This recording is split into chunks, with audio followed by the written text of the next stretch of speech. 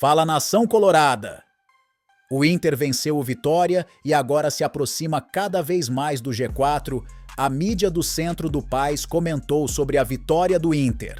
Eu dizia então que não foi uma grande vitória, assim, vitória não foi um grande desempenho do Inter, mas essa é uma questão também de se fazer campanha mesmo. Mas antes de ver o vídeo, tu confere. Se tu tá inscrito no canal, mais de 90% das pessoas que assistem os vídeos por aqui não estão inscritas no canal.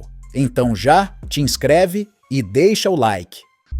De volta com a Redação Sport TV, recebendo Rodrigo Coutinho e Ricardo Gonzalez. O Diogo Olivier se junta a nós agora para falar da vitória do Inter. Agora faltando o jogo que fecha a Copa Asterisco, né? Esse é Inter e Flamengo, no Beira-Rio.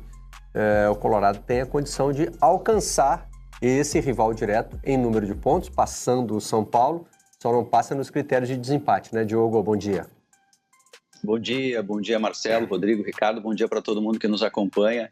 É isso, o Inter, se o Bahia não tivesse vencido o Criciúma, hoje o Inter já estaria no G6. Faz a oitava vitória, o oitavo jogo sem perder, são 5 vitórias em 6 jogos. Não fez uma partida das vitórias essas que o Inter teve recentemente, desde que o Roger assumiu, que foi embalando no campeonato, talvez tenha sido a de menos luzes, assim, é que o Inter teve mais dificuldades. O placar pode enganar um pouquinho, assim. Até os números do primeiro tempo, porque no primeiro tempo o Vitória não conseguiu nenhuma finalização, mas no segundo tempo, 7. Quer dizer, o jogo terminou com 10-7 finalizações, todas no segundo tempo, né? O Vitória agrediu mais no segundo tempo e o Inter, pela primeira vez, não conseguiu impor o seu jogo. Aí o Roger ali, faltando alguns minutos, ele acionou o modo segurança, poupou os amarelados, o Fernando estava amarelado, o Thiago Maia estava amarelado, entraram o Bruno Henrique, entrou o Romulo, e daí ele sofreu um pouquinho mais, fez um gol no finzinho. O gol do Alan Patrick de pênalti, que de novo foi o melhor em campo. Como voltou bem o Alan Patrick, 4 jogos, 6 jogos, ele tem 4 gols e 2 assistências. Ele está na gênese de tudo que tem acontecido de bom com o Inter desde que o Roger assumiu. Quando o Inter faz esse segundo gol aí do Wesley, olha o Thiago Maia de novo lá como meia pela esquerda, entrando na área. Isso é recorrente nesse Inter do Roger. Parecia que estava tudo tranquilo. Aí o Inter acabou tomando logo em seguida o gol do Wagner Leonardo, uma falha ali do Cleiton Sampaio, que estava estreando no Inter, né? O Vitão foi deslocado para o lado esquerdo da zaga, para ele jogar pelo lado direito o Cleiton Sampaio. Essa troca aí acabou não acontecendo muito, o Inter sofreu em algumas bolas paradas, o Vitória foi chegando e houve algum sofrimento, inclusive.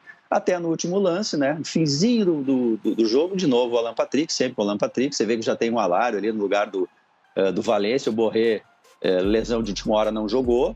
O Valência, de novo, não fez uma boa atuação. Entrou o Alário no final, ali no segundo tempo.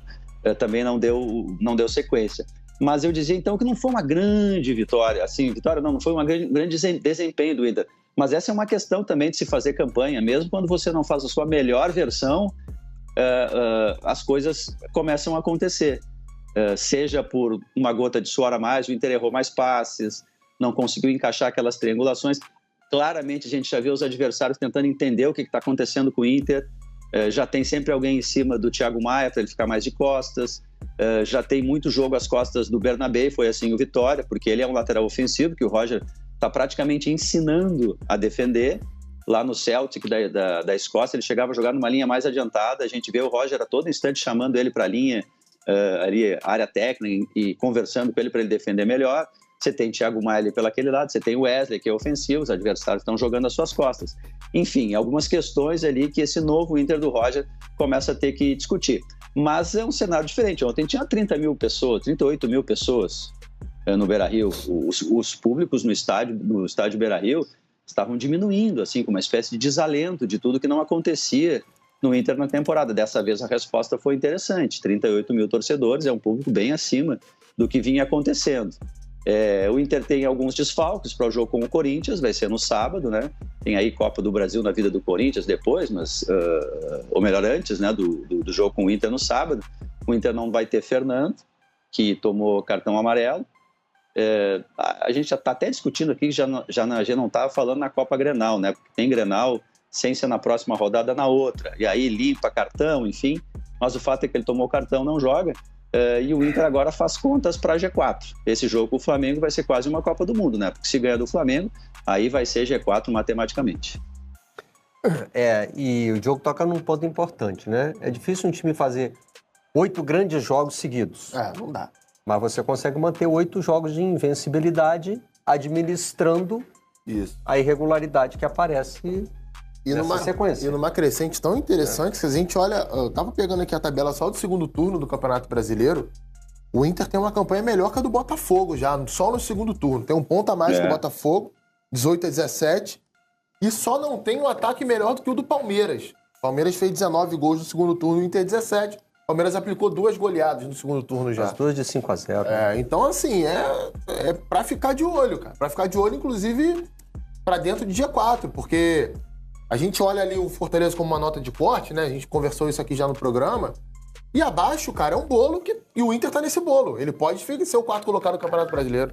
Não, e se a gente vê em termos de produção, né, de percepção, quando você vê os times jogar, então, daquele grupo de 5, né, que tá todo mundo citando até por pontuação, Flamengo, São Paulo, Internacional, Bahia e Cruzeiro, desses 5, quem tá jogando mais bola é o Inter.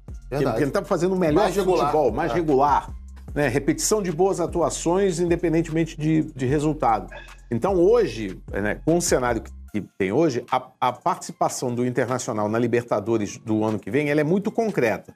Seja por conseguir G4 ou, vamos lá, G5 ou G6, que na teoria seria pré-Libertadores, mas também no cenário de hoje você pode ter um Flamengo campeão da Copa do Brasil ou um Botafogo campeão de Libertadores, o que abriria mais vagas para a fase de grupos e os que vêm na sequência na pré-Libertadores. E assim, a subida do Internacional, ela não se dá só na questão ofensiva, né? O Inter hoje, aí pegando números gerais, não só do segundo turno, o Inter tem a segunda melhor defesa do campeonato. Ele só sofreu menos gols do que o Palmeiras. O Palmeiras lidera como a melhor defesa, o Inter é a segunda. Se a gente pegar algumas mexidas, alguns ajustes feitos pelo Roger, por exemplo, a colocação do Bruno Gomes como lateral direito, né, foi um acerto. Ele não é jogador da posição, mas ele se encaixou ali perfeitamente. Era uma posição ali meio problemática na época do Kudê e ela está aparentemente resolvida. Então são vários pequenos ajustes, pequenas situações, pequenos crescimentos. E aí, para mim, o decisivo é a volta do Alan Patrick. O Internacional é um time com ele e é outro sem ele. Né, que aí o Alan Patrick é um cara que vai impulsionando o resto da máquina. Né? Ele entra e ele é uma espécie de azeite. Né? Os outros componentes começam a funcionar melhor. O Borré, enfim, também o peso, né, da saída do Valência também, que era um jogador que não conseguia acertar. Acho que são várias coisas que você vai somando, assim como você soma várias coisas para o Flamengo chegar na situação de crise que chegou, você vai somando vários detalhes para fazer o Inter hoje estar entre os favoritos para estar na Libertadores ano que vem. Um detalhezinho sobre o Alan Patrick, que o Gonzo citou aqui, desde que ele voltou, né, ele volta no dia... Pegar aqui. Ele volta no dia 25 de agosto. Ele entra no jogo contra o Cruzeiro. Depois ele entra de novo contra o Juventude no dia 1º de setembro. A partir do dia 11, ele chegou ontem ao 5º jogo como titular. Desses 5 jogos, ele marcou em 4 gols. Ele marcou 4 gols em 5 jogos. E quando não marcou, foi o 2-2 contra o Bragantino, deu uma assistência. E teve jogo de fazer gol e dar assistência, como foi ontem também. Então, altamente decisivo. Impressionante o que o Alan Patrick tem feito aí nessa nova versão do Inter. Ô, Marcelo. Oi, Diogo. E outra, pegando o gancho do Alan Patrick, o Rodrigo ele não sai do time. Ele fica até o final sempre. Isso sempre foi uma questão importante. Eu já disse algumas vezes, a demissão do Kudê, ou a saída do Kudê, enfim, ela estava relacionada a como lidar com a parte física nas restrições da enchente. O Alan Patrick sempre falou que precisava ter força para jogar. E o trabalho de força foi feito pelo Paulo Paixão, e ele volta com muito mais força, ele suporta o jogo inteiro em bom nível. É difícil, eu não lembro, inclusive, do Alan Patrick ter saído dos jogos. Sai todo mundo cansado, mas o Alan Patrick e o Roger não sai de jeito nenhum, ele volta como capitão, inclusive. Isso faz uma diferença, a gente vê ele trabalhando em roubada de bola, porque o jeito que o Roger é pressão lá na frente, ele quer pressão alta o tempo inteiro. Como na hora de marcar fica ele e o Borré, se não começar a pressão lá na frente, as coisas não funcionam. Ele está dando essa contribuição. E defensivamente, o Ricardo toca num ponto fundamental. O Inter tomou menos gols que o Botafogo. Ele tem um gol a menos que o Botafogo. E se você for olhar o saldo de gols, o saldo do Inter já é pior apenas que Palmeiras e Botafogo. É um critério de desempate. Quer dizer, o Roger conseguiu equilibrar aí essa questão de fazer gol, de defender, enfim, e ele vai tendo umas valências importantes. Agora foi vendido o Igor Gomes, né, uma informação agora da manhã, lá para o Al-Shabaab dos Emirados Árabes, 23 milhões, um baita negócio. O Inter tem que buscar aí os 135 milhões que orçou em venda de jogadores. Há semanas atrás tinha zagueiro saído pelo ladrão, né, uma zagueirama. Tinha Igor Gomes, agora não tem mais. Tinha Mercado lesionado, né, ruptura de ligamentos do joelho esquerdo. Agora tem Vitão, tem Clayton Sampaio, quer dizer, já reduziu aí o número de zagueiros do Inter. Talvez o Fernando eventualmente tenha que ser uma alternativa ali para a zaga. Foi o único ponto de alerta ali, os dois zagueiros ainda não se entrosaram totalmente, Vitão e Clayton Sampaio, mas o fato é que o Inter está mais equilibrado, né? Tomando menos gols, conseguindo fazer 3 gols com alguma frequência.